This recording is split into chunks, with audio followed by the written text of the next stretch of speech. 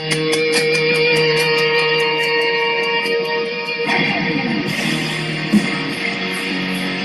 another unknown location, the Del Taco in Camarama City, it is another great-ass show with Hollywood Keith TV. This month is a look at Wrestlereunion 6, Part 2. Part 1, sorry. And now, it's This Month with Hollywood King. And now your host, wait a minute, here I am, me. Hey, what's up guys? Welcome to youtube.com/HollywoodKeithTV. And once again, I'm Hollywood Keith. And this is This Month with Hollywood Keith TV. I'm about to go into the Del Taco here in Van Nuys, definitely eat. But this show is not going to be a lot of talking at all, because we have too much stuff to get into. It's probably going to be a two-part show. That means there's going to be another show next Friday night for part 2 of Wrestlereunion 6. And it was a good weekend. It was January, Friday, Saturday, Sunday, January 27th, 28th, and 29th. It was a great show, a lot of great guests, a lot of great things. And while I'm going in here, I want to introduce to you the very first thing that happened at Wrestlereunion. It was around 12 p.m. on Friday afternoon. And it was kind of, it was a little interview with different wrestlers, slideshows, all this, on the history of SoCal wrestling. So I'm going to have Sally in the production truck roll that video right now while I'm going there and ordering my food for Del Taco. Enjoy the history of SoCal wrestling.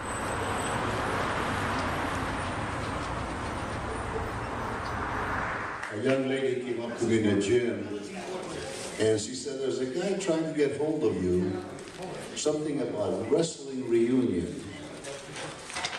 I looked at it, I picked up the phone, I called Mike, and I go, Mike, what's this you're calling me about, some Wrestlereunion? And he says, yeah, we're having this great thing going on. I've been trying to get hold of you, and I'm sure glad you called. Well, Mike, I'm really glad you called, because I see some of the old faces there. Someone over here named Buddha Khan. Needless to say, we had great matches and great time together, and it sure is nice to see you. Yeah, oh yeah. Every time I came out of the ring with them, I was black and blue. He wanted me to look like him, that's all.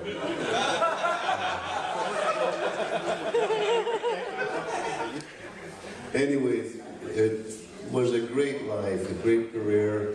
I met a lot of good people in this business, and I can't thank Mike enough for finding me so that I came here to see all of you.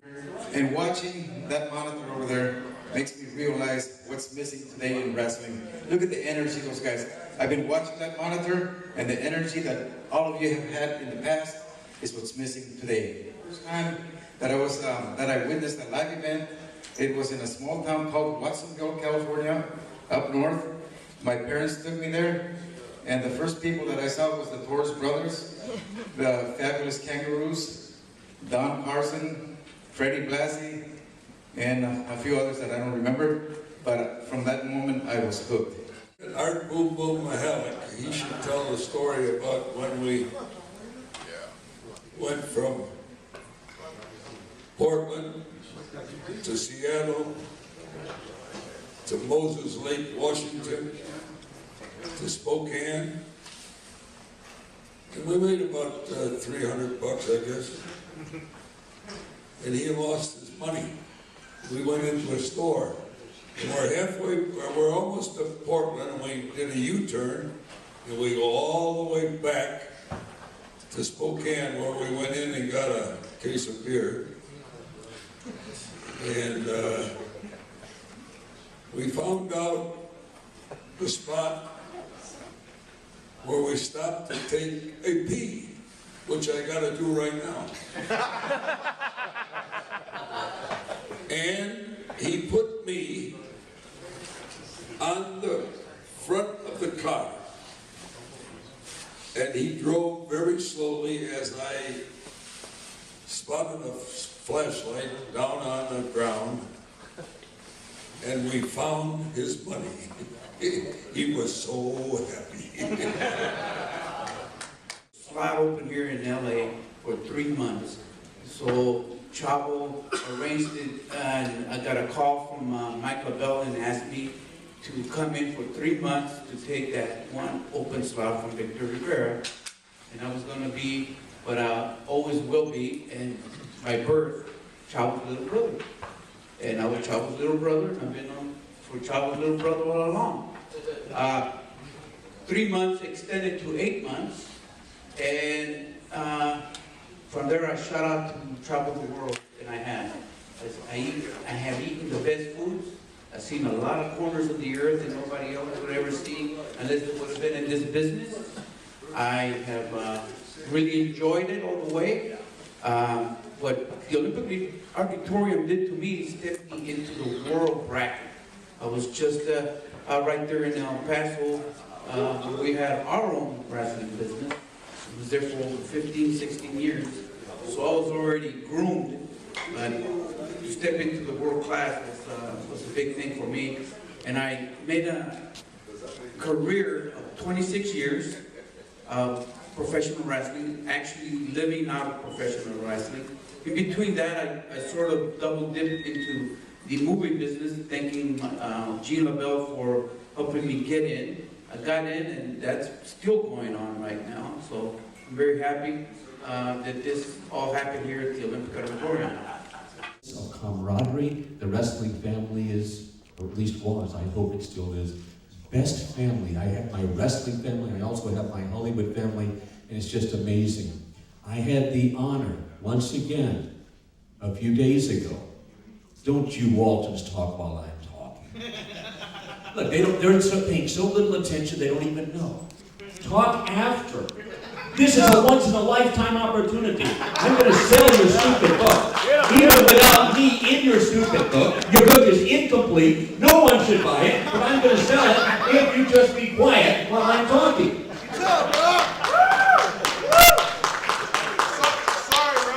And where is the new version of the book that features Mr. Wonderful? I don't know about that. I had the honor a couple of weeks ago. You're going to still keep talking. Someone, like you haven't talked, you haven't seen each other for so long, right? Father and son. I had the honor a few weeks ago of working again, stepping into the ring of Mr. Jesse Hernandez.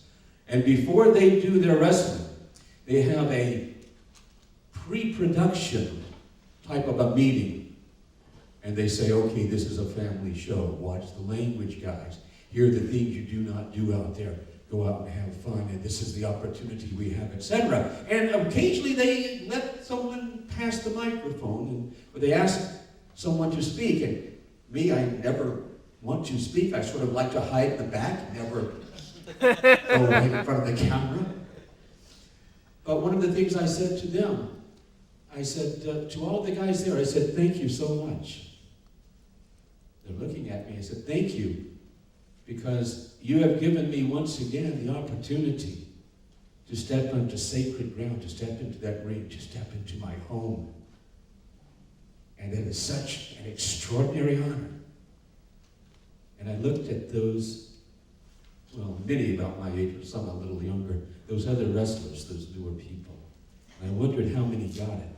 And I was really happy to see, because they have a trainer, this ex-WWE superstar wrestler and referee, and one of the greatest trainers of professional wrestlers in the world, who teaches old school, who teaches it the way it really is. I was so happy to see that those kids there, they understood. And it was so beautiful, because it just makes me, it's like a tear would roll down my cheek for the honor of doing that, for the honor of being in the ring, for the honor of having such wonderful people in my family, this wrestling family. Tomorrow night, I will be, that will transform me into the cocky, arrogant, condescending, better than you. Yeah! Amazing living legend that I am. And those fans who are not there, don't talk to me at all. Because I want you to be there. And those fans who are there tomorrow night, do me a favor. Do me a favor. Boo me like you've never booed anyone. Yeah! And I will deserve it. And I'll relish in it. Woo! What's up, guys? That was the history of SoCal Wrestling. Pretty much at the Grand Olympic Auditorium and some other spots, Bakersfield, San Diego, a lot of that. A lot of interviews with old legends of the past. And again, I'm in Del Taco. I just ordered my food. Again, this show is going to have a lot of talking because the next segment is the arena checks. And if you ever get a chance, here's the website on the screen right now. If you ever get a chance to see them live, if you're in North Carolina, go see them live. Or if they're in your city, go see them live because they put on a good show. There was a little mini show. And there's kind of little clips of the mini show. And Wrestlereunion 6, right after the history of SoCal Wrestling, put on a little mini show. So enjoy this little mini show, and I just gotta call my food ready. So enjoy.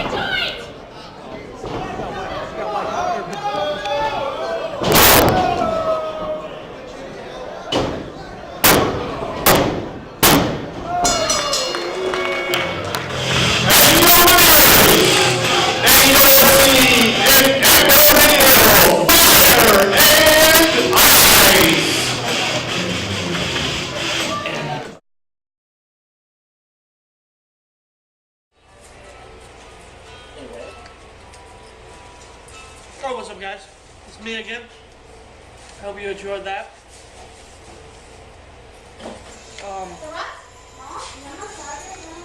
Here we do talk eating my Chipotle burrito. Want to do a shout out. This show is sponsored by Vintage Tattoo Art Parlor in Highland Park, California. The address is right there. Phone number is right there. Website's right on the screen. Come get pills by me. Without further ado, make it snappy. Right after the Arena Chicks mini show, there was Coke Cabana's Art of Wrestling podcast with none other guest, Mikey Whipwreck. And here's a little footage of, if you already heard the Art of Wrestling podcast, there's some visuals that you have to see, and it's funny as hell. There's Mikey Whipwreck talking about Terry Funk and other things. So enjoy the show while I enjoy my Chipotle burrito here at Del Taco.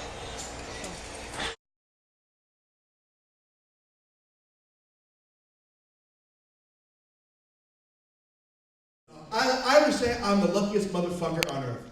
I was a guy who, in high school, I'm 5 foot nothing. I'm like 5'9" on a good day. And now with the hair going. With the hair gone, it's even worse. I hated going to the gym. I was always klutzy, knocking stuff over. Wasn't very coordinated. And was just fucking around one day. And Joey Styles and Paul Heyman said, "Hey, do you want to wrestle?" And that's it. And this was in your junior high school. My first show. This is in their basement. I had to, come on. Terry Funk, I think it's my first night in the business. Terry Funk, we're at the Comfort Inn in Philadelphia by the airport. And they had like a little fire, no, the Holiday Inn, they had like a fireplace there. And Terry Funk had like a 6-pack of beer. And he was sitting on this table in the lobby. Bloody, just didn't give a fuck. And he's sitting there and goes, "Oh, Whippy! Whippy! Come sit here with the Funker." So he goes, "You know, I have a character for you that would get you, oh, you would be a star everywhere." I'm like, okay. He goes, "You need to be Dr. Michael Nositall."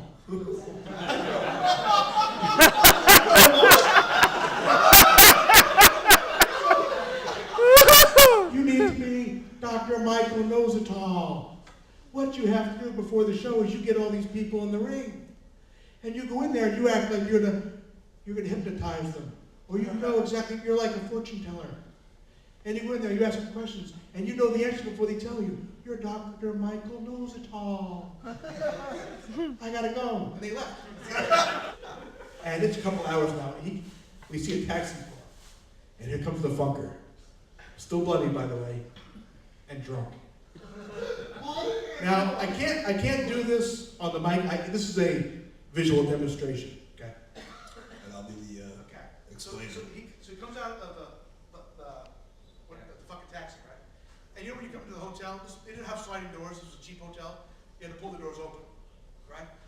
So he comes in, all Terry Funk. I'll do Terry Funk more for you. So he comes in, he takes the doors, and he swings them open like this. Now he's in the vestibule between the doors. He goes to the next one. He goes, swings them open like this. He goes, "God damn it, Whippy. Did you see how I come to them doors? I came to them doors just like I was in Texas. Open like this, God damn it." The receptionist goes, "Mr. Funk, Mr. Funk, Mr. Funk. Your wife is on the phone." "Oh, Christ." And Vicky's on the phone. He goes, "Oh, no, I was just out drinking. Hey, did you see how I come through them doors? Let me show you." He puts the phone down, right? Now, he's showing his wife who's on the phone and now we're over.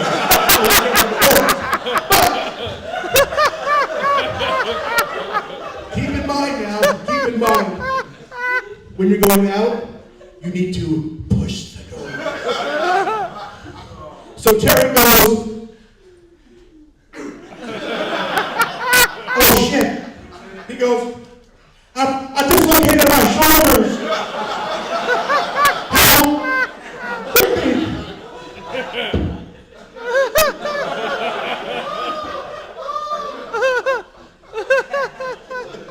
All fucking out, dislocating his shoulders. We're like, and Dreamer comes in. He's showing Dreamer, like, "Oh my God, Terry, you okay?"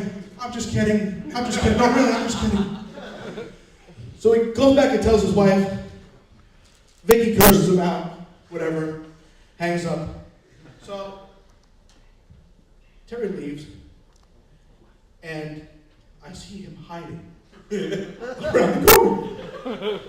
Take this with you. So, I kid you not, pretend this is a wall here, and you guys are me. You guys look good. That was pretty good, don't I? But so and I'm woken up, and I see Funk like this.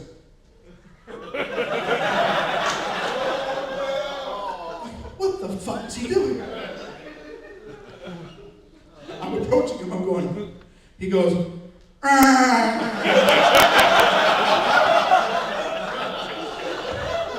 And of course me, I sound like I got shot with a gun.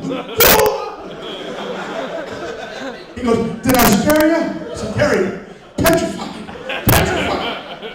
About 20 minutes later, my phone rings. It's Paul Lee. He goes, come to my room. It's okay. Go to his room. He goes, Terry Funk loves you. I say, he goes, he just funked with you for 2 hours. He goes, and you sat there and you listened, you nodded your head. He goes, he said you were the most respectful kid he's ever met. And I'm like, so now, anytime I see Terry Funk now, whippy! Big hug. So he was mumbling just For an hour and a half. to amuse himself, I would say. Just to see what I would do. Just to pass the time. God bless Terry Funk. Yeah.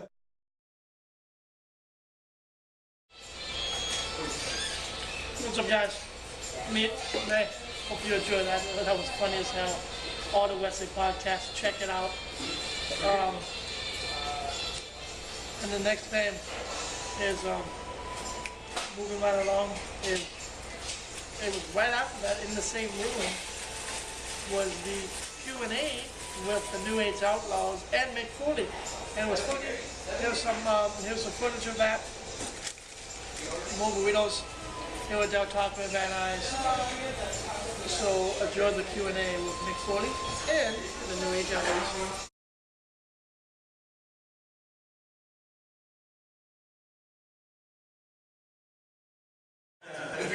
Well, think one of the funniest practical jokes you guys ever seen or pulled on people.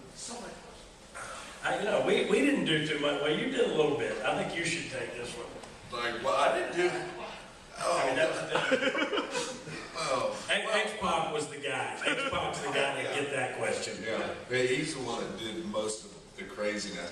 No, I mean, we were too busy trying to make each other laugh, and entertain. I mean, that's really where it all came from us, is if we can make each other laugh or make the guys in the back laugh, then y'all just follow along and have fun too.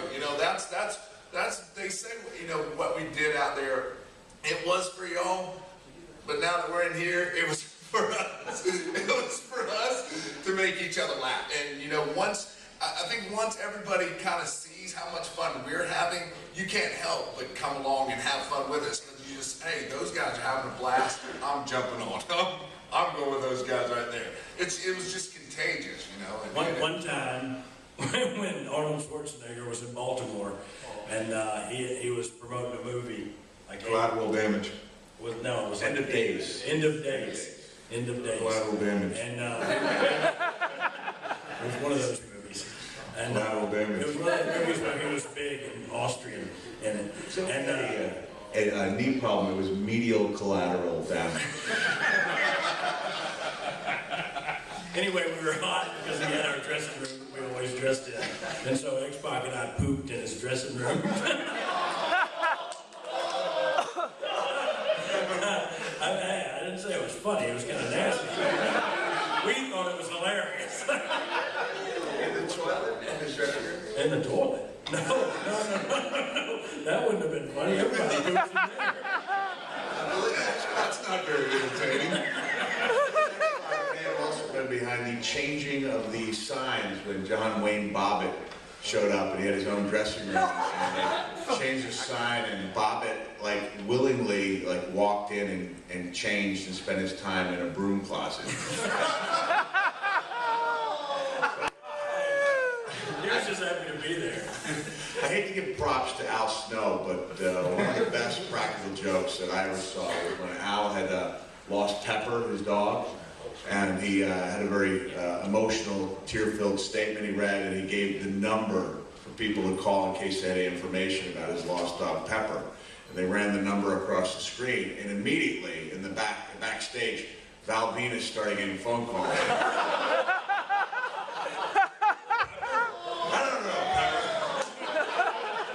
Seconds later, that phone would ring, and it took about an hour before he realized I was trained by Dominic Tanucci, and when I see shows like Tough Enough, I don't begrudge any of the guys because they're under a lot of pressure, and in a lot of cases, the guys who make it to WWE are in a position where they're having to make their mistakes on a national stage. I was lucky I got to make all my mistakes on independent shows and then throughout the territories. What, am I not giving you an answer that you want? Is it the wrong answer? cactus making those noises, not Lou.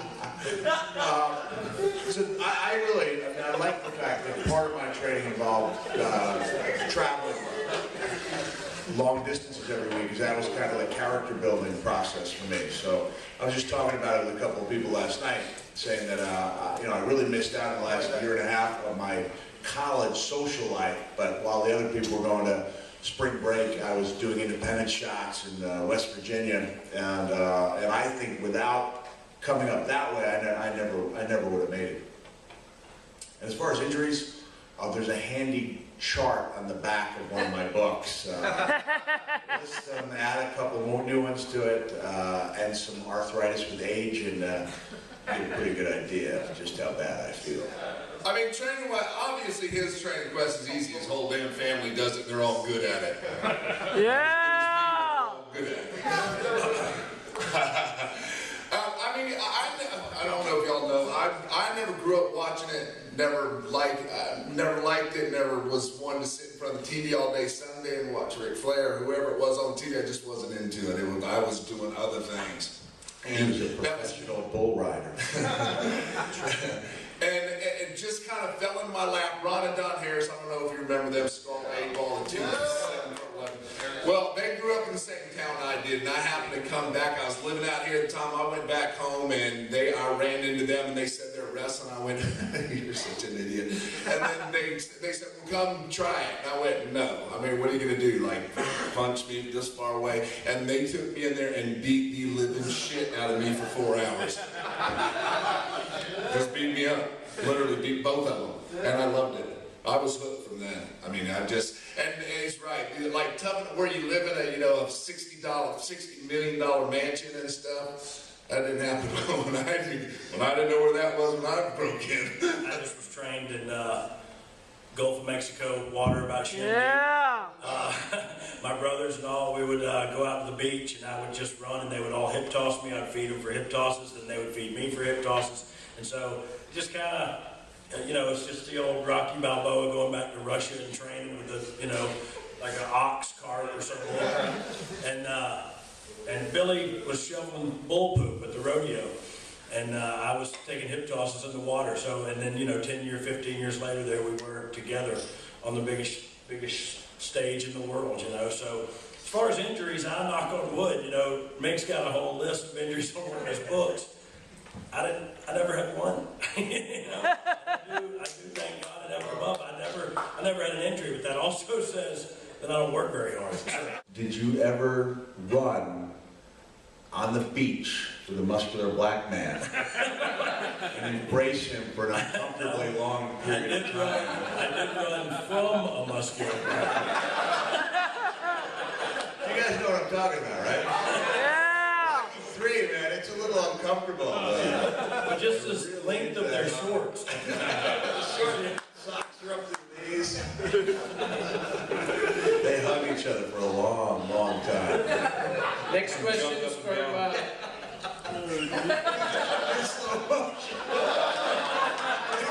So I had to cut off the shirt. But at the time, it's like they're going back and looking at old pictures of the mullets and stuff. At the time, that was cool as crap. It was to me anyway. Hollywood Keith from Hollywood, California. Well, of course. For the Outlaws and for Mick, Outlaws, do you see any tag teams in TNA, WWF, or any indie circuit that could be like the next big thing? And Mick, how you like doing the stand-up tours? I kind of like it. I do. I like being up there, but honestly, it's grown weary of continually asking people to come check out my shows. I feel like I'm a product pitch man selling a product that people don't really want to buy. Yeah, it's like ShamWow, yeah. So that's, and unfortunately, that's a big part of it. I mean, if you want to make it in any aspect of entertainment, you got to be, Mr. Miyagi said it best. Stay on one side of the road, you're fine.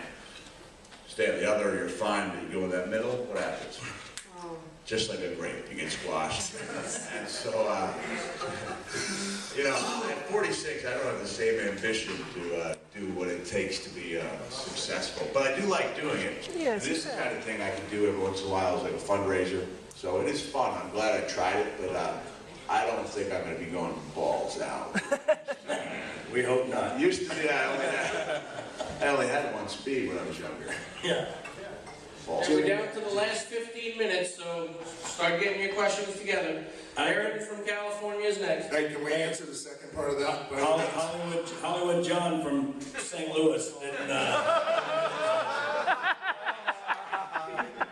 I mean, big stars, I don't know. Stars in the making, maybe. I mean, I like the Samoan kids up at WWE now. I like them.